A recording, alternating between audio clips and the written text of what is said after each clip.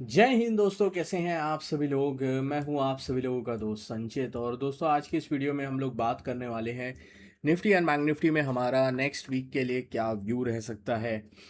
इस हफ्ते I think पिछले 7-8 दिन से बाज़ार एक बहुत ही नैरो रेंज में ट्रेड कर रहा था।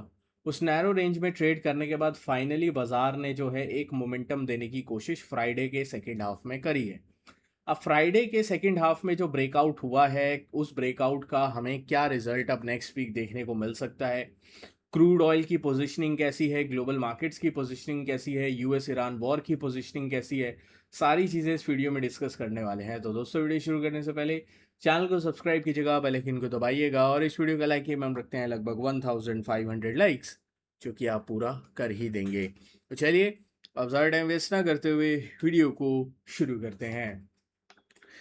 देखिए, सबसे पहले कुछ इम्पॉर्टेंट चीज़ों से स्टार्ट करते हैं। आई थिंक लास्ट वीडियो में जब मैंने लिखा था कि ग्लोबल मार्केट्स में ब्लड बाथ आएगा और निफ्टी में एक नैरो रेंज बन रही है despite of the global market blood bath, उसके बाद जो है बहुत आई थिंक कुछ कमेंट आए जिस पे उन्होंने लिखा कि भाई आपने तो ब्लड बाथ बोला था एंड बाकी सारी चीज़ें हुई। तो मैं आपको कुछ चीज़ें दिखाना चाहूँगा। ये ग्लोबल मार्केट्स का सिनेरियो है। फ्राइडे के सेशन में डाउ 400 पॉइंट नीचे, नैस्डैक 450 पॉइंट नीचे, यूरोप के बाजार आधा से पौना परसेंट कमजोर, एशिया के मार्केट 3 से 4% कमजोर बंद हुए। पूरे ग्लोबल मार्केट्स में फ्राइडे के सेशन में ब्लड बाथ था, पैनिक था, सेल ऑफ था। दूसरी चीज, reason, crude oil. Crude oil जो है वो 83-84 में कंसोलिडेट कर रहा था। इसने भी फ्राइडे को सेकेंड हाफ में ब्रेकआउट दिया और 88-89 के आसपास चला गया है। अभी अगर हम वीकेंड क्रूड ऑयल फ्यूचर्स देखते हैं तो 2 से 3% ऊपर है। इसका मतलब 90 क्रॉस जो है, अगर कल सुबह से पहले डोनाल्ड ट्रंप पीस अनाउंस नहीं करते हैं तो कल सुबह जो है क्रूड ऑयल 90 क्रॉस कर जाएगा। अब ये सारी चीज़ें होने के बाद जो है आप लोग अगर मेरे को बोले कि मैं अपना व्यू बाजार के ऊपर क्या बनाऊंगा, ठीक है, तो जस्ट बिकॉज कुछ बड़ी कंपनीज के रिजल्ट्स आने थे, रिजल्ट फैक्टर की वजह से बाजार ऊपर चला गया तो चला गया, बट मेरे हिसाब से ये बाजार जो है हायर लेवल्स पे सस्टेन नहीं करेगा। ठीक है, एंड मैं क्लियर कट बोलता हूँ, I reserve the right to be wrong. गलत भी हो सकता है। अपना एनालिसिस जो मेरे को पर्सनली लगता है वो मैं आप लोगों के साथ शेयर करता हूँ। रिजल्ट्स की बात कर लेते हैं। सबसे पहले आईसीआईसीआई बैंक के शानदार रिजल्ट्स, कोटक महिंद्रा बैंक के डिसेंट रिजल्ट्स, रिलायंस के डिसेंट रिजल्ट्स, एक्सिस के हल्का फुल्का मिस है और एचडीएफसी का भी मिस है। तो रिजल्ट्स इट्स नॉट लाइक बहुत ही भयानक तोड़फोड़ रिजल्ट्स आए हैं, बट स्टिल अगर हम हैवी वेट्स की बात करते हैं तो उन्होंने अच्छा परफॉर्म किया है, जो कि हो सकता है इंडेक्स को अगेन फिर से जो है स्ट्रेंथ प्रोवाइड करें। बट एक चीज मेरे को क्लियर कट डाइवर्जेंस दिखाई दे रहा है बाजारों में। एक, यूएस ईरान का जो इशू है वो अभी तक सॉर्ट आउट नहीं हो रहा है। ठीक है, ये इशू जो है वो बढ़ता जा रहा है। दोनों देशों की तरफ से एक दूसरे को वार्निंग्स और बहुत सारी चीजें करी जा रही हैं।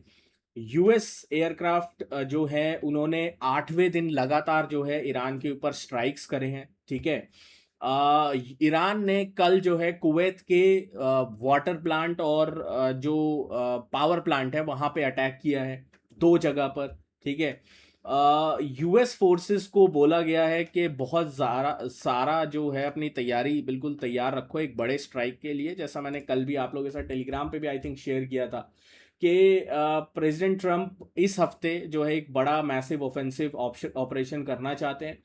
उनके हिसाब से जो ईरान के पावर प्लांट है, न्यूक्लियर साइट्स के ऊपर हमला करना चाहते हैं। और ब्रेंट क्रूड इसकी वजह से 88-89 के आसपास चल रहा है, जो हमने फ्राइडे की क्लोजिंग देखी है।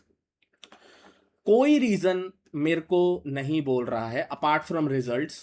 ठीक है, रिजल्ट्स में अगर हम देखें तो रिजल्ट्स की आप एक पॉजिटिविटी बोल सकते हो कि रिजल्ट्स पे हो सकता है बाजार ने पॉजिटिव रिएक्ट किया हो।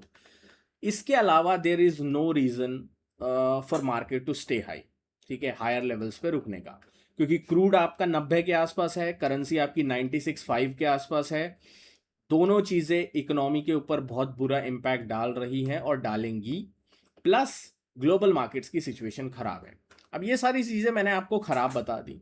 अब उसके बाद भी कल अगर निफ्टी जो है 400-500 पॉइंट भागने लगता है, बैंक निफ्टी 1000-2000 पॉइंट भाग जाता है, तो उसके बाद मुझे पता है बहुत सारे लोग वीडियो के नीचे आएंगे, कमेंट लिखेंगे, बहुत सारी चीज़ें करेंगे। That's the life of me. ठीक है, मैं अगर सही चीज़ बताने की कोशिश करता हूँ, जो सच है वो रखने की कोशिश करता हूँ। हर दिन मैं आपको ये बोल दूं कि खरीदते रहो खरीदते रहो खरीदते रहो, तो भाई अगर पूरा साल है उसमें 70% ऑफ द टाइम बाजार ऊपर ही जाता है, 30% ऑफ द टाइम ही होता है जब बाजार जो है नीचे रहता है। ठीक है, तो वो 30% ऑफ द टाइम अगर मैंने आपको नहीं बताया कि खतरा है बाजार के ऊपर, तो वो मेरी गलती होगी और मैं वो गलती नहीं करना चाहता। मैं आपके सामने एक क्लियर पिक्चर रखना चाहता हूँ। सिचुएशन ग्लोबल लेवल पे खराब है, क्रूड के लेवल पे खराब है, करेंसी के लेवल पे खराब है। अब चार्ट्स पे आते हैं। चार्ट्स पे कब हमें लगेगा सिचुएशन खराब आ गई?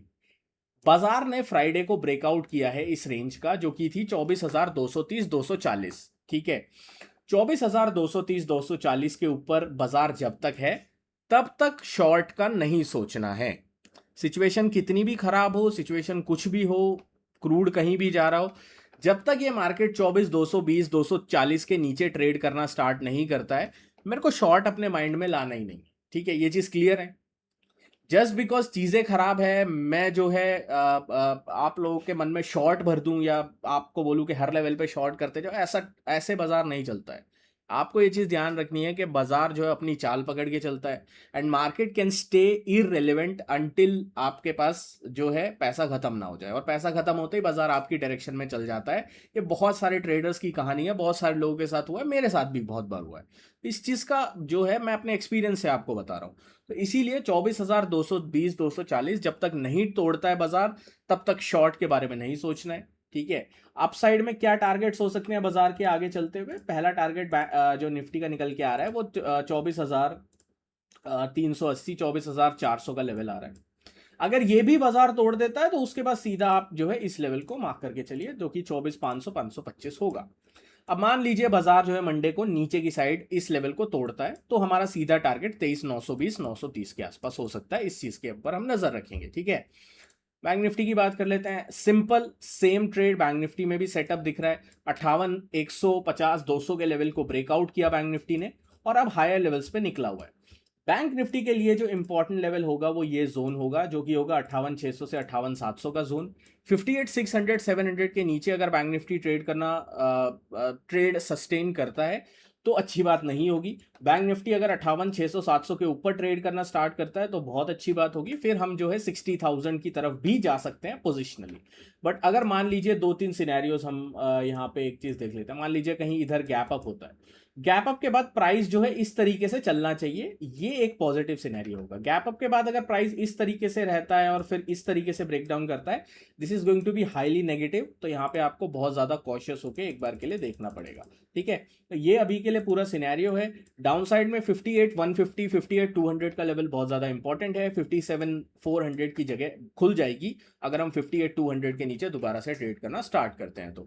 ऑल राइट, सेंसेक्स की बात करते हैं। अगेन सिमिलर ट्रेड 77,700, 77,750 इसके ऊपर ब्रेकआउट, सीधा जो है सेंसेक्स का अगला टारगेट जो दिखाई देता है वो इस लेवल के आसपास दिखाई देता है, दैट इज 78,600, 650। 78,600, 650 की जगह खुल जाती है सेंसेक्स में, मतलब 500, 600 पॉइंट और जो है पोजिशनली दिखाई देते हैं। अब सबसे बड़ा सवाल यही है, मान लीजिए गैप अप खुलता है ड्यू टू रिजल्ट्स। ठीक है, ग्लोबल मार्केट्स की वजह से नहीं, ड्यू टू रिजल्ट्स जो है गैप अप खुलता है अपनी चाल में। तो इधर अगर कहीं खुलता है, प्राइस इस तरीके से कुछ बनाता है तो पॉजिटिव रहेगा। अगर इस तरीके से टाइम पास करके नीचे ब्रेक डाउन करता है, that is going to be highly negative. वहां पे आपको कॉशियस होने की जरूरत होगी। डाउन साइड में 77,700, 77,800 के नीचे अगर ट्रेड करना स्टार्ट करता है तो कमजोरी बढ़ सकती है, जो कि आपको 76,800 से 900 की तरफ लेके आ सकती है। इन लेवल्स के ऊपर आपको ध्यान रखना है।